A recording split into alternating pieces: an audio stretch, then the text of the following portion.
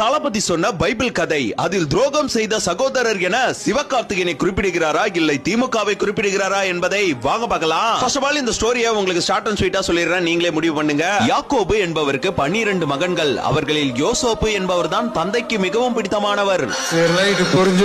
யாக்கோபு என்பவருக்கு 12 மகன்கள். அவர்களில் யோசேப்பு என்பவர் தான் தந்தைக்கு மிகவும் பிடித்தமானவர். யோசேப்புக்கு ஒரு ஸ்பெஷலான பலவண்ண அங்கியை தந்தை பரிசளிக்கிறார். தந்தை அவர் மேல் காட்டும் அதிகப்படியான அன்பை கண்டு மற்ற அண்ணன்மார்களுக்கு பயங்கர பொறாமை.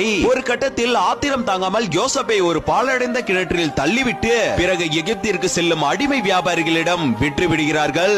எகிப்தில் பல கஷ்டங்களை அனுபவிக்கிறார் யோசேப்பு. செய்யாத குற்றத்திற்காக சிறைக்கு கூட செல்கிறார். ஆனால் எந்த சூழ்நிலையிலும் அவர் தனது நம்பிக்கையையும் நேர்மையையும் கைவிடவில்லை. எகிப்து மன்னன் கண்ட ஒரு விசித்திரமான கனவுக்கு, அதாவது 7 வருடம் பஞ்சம் வரும் என்பதற்காக யோசேப்பு ஒரு சரியான விளக்கம் சொல்கிறார். இதை கண்டு வியந்த மன்னன் யோசேப்பை எகிப்து தேசத்திற்கே அதிகாரியாக மாற்றுகிறார். இப்ப பஞ்சம் வந்தபோது உணவு தேடி யோசேப்பின் சகோதரர்கள் எகிப்திற்கு வருகிறார்கள். அவர்கள் முன்னால் அதிகாரம் படைத்தவராக நின்ற யோசேப்பு அவர்களை பழிவாங்க நினைக்கவில்லை. அதற்கு மாறாக, நீங்கள் எனக்கு தீமை செய்ய நினைத்தீர்கள், ஆனால் கடவுள் அதை எனக்கு நன்மையாக மாற்றி கொடுத்தார். உங்களை நான் பழிவாங்கவில்லை என்று மன்னித்து கட்டி பொறுத்து ஏற்றுக்கொள்கிறார். நமக்கு நெருக்கமானவர்களே நமக்கு துரோகம் செய்தாலும் நம்முடைய பொறுமையும் நற்குணமும் நம்மை ஒரு நாள் மிக உயர்ந்த இடத்தில் அமர வைக்கும். பைபிள்ல எதிரிகளை நேரடியாக சகோதரன் என்ற சொல்லால் அழைப்பது அரிது. ஆனால் எதிரியையும் ஒரு சகோதரனை போல அல்லது உங்களை போல நேசிக்க வேண்டும் என்ற போதனை பைபிளில் அடிப்படை அச்சாக இருக்கிறது.